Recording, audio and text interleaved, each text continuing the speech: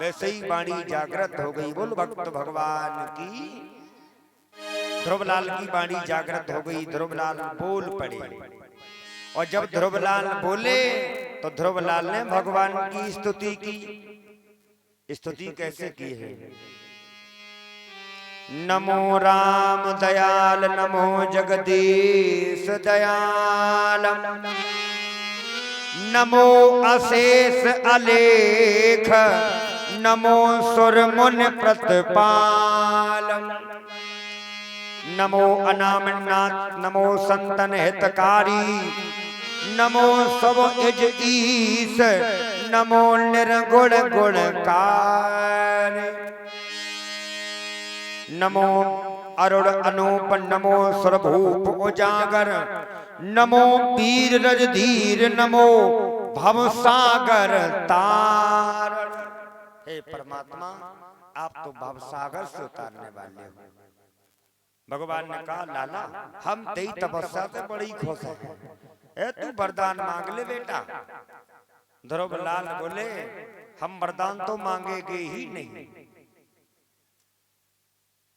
होते आजकल के कोई कहते बढ़िया सी एक फॉर्च्यूनर गाड़ी, 2 फ्लैट दिल्ली, ये मांगते, लेकिन भगवान के भक्त ने कुछ नहीं मांगा। क्योंकि हम आप लोग भगवान से मांगते हैं से, लेकिन हम आप लोगों को क्या मांगना चाहिए? भगवान को मांगना चाहिए। अरे भगवान से मांगोगे कुछ नहीं, भगवान को ही मांग लियो। जब भगवान को मांग लियो तो फिर जब बताओ आप तो फिर माल ही माल है कि नहीं? तो आज ध्रुवलाल ने मना कर दिया, बोले हम कुछ नहीं मांगेंगे, केवल जब जब हम तुम्हारा नाम लें तब तब तुम हमें दर्शन दो। ये मांगा, केवल दर्शन। अब विचार करें कि दर्शन करने के लिए तो हर प्राणी जाता है, मंदिर में हर प्राणी जाता है, लेकिन कुछ ना कुछ लेके जाता है, सोचता है प्रभु और की बार जब हम आए तब मेरो काम जी बनाए दियो। दर्शन हेतु नहीं जाएगा। सुदामा जी जब भगवान कन्हैया के यहाँ गए, सुशीला ने कहा चले जाओ। सुदामा ने कहा मांगने की भावना से भेजोगी? बिल्कुल नहीं जाऊंगा। हैं दर्शन हेतु जा सकता हूँ, लेकिन मांगने की इच्छा से मैं जाने वाला नहीं हूँ।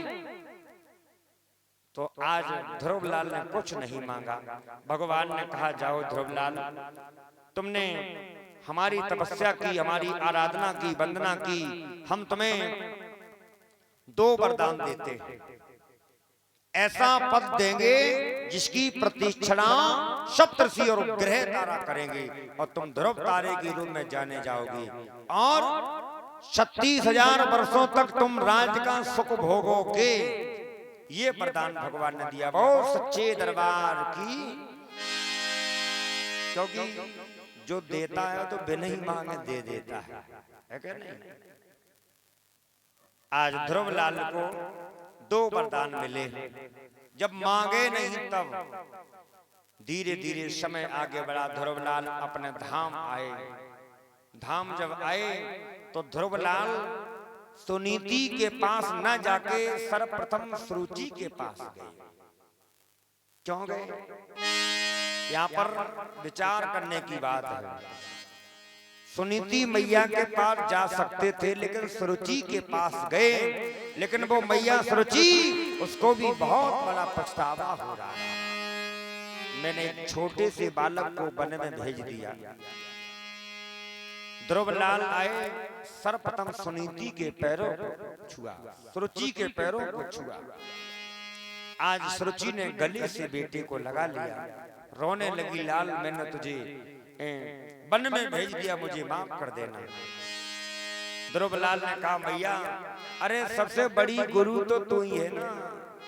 अगर तू कटुक शब्द ना बोलती, तू ऐसे ताने बाने ना बोलती, तो आज भगवान की प्राप्ति हमें नहीं होती। कोई गाली देते है, कोई ज्ञान को देत, और दोनों ही तुमको देते हैं, ना कछु तुमसे लेत। अरे मैया तूने तो मेरा नाम रोशन कर दिया। उसके उपरांत आज ध्रुवलाल अपनी मैया के पास गए। रोते रोते आज मैया की आंखें चली गई, आंखों से दिखाई नहीं दे रहा है बच्चे की याद में।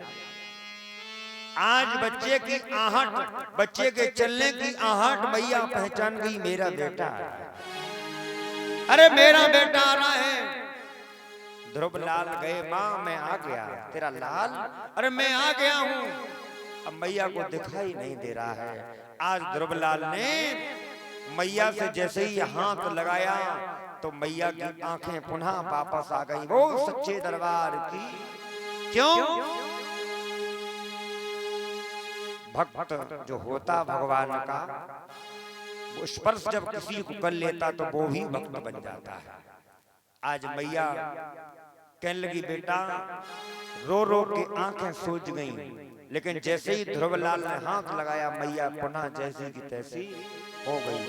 ओ सच्चे दरबार की। ये ध्रुवलाल की कथा संकेत देती है कि कभी बड़ों का अपमान नहीं करना चाहिए। माता पिता हम आप लोगों को गालियां देते हैं, उल्टा सीधा कहते हैं, बुरा भला कहते हैं, लेकिन हम आप लोग बुराई मान लेते हैं।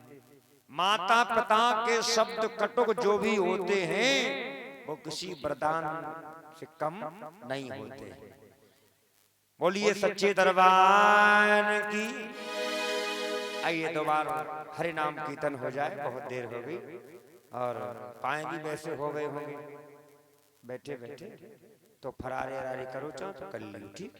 हाँ, क्योंकि बधाई तो भगवान के दरबार में बहुत जरूरी है। मैं एक दो गाना गाता हूँ, उसके बाद कथा ही कहता हूँ। तालियां बजाओ खूब जोर जोड़ के।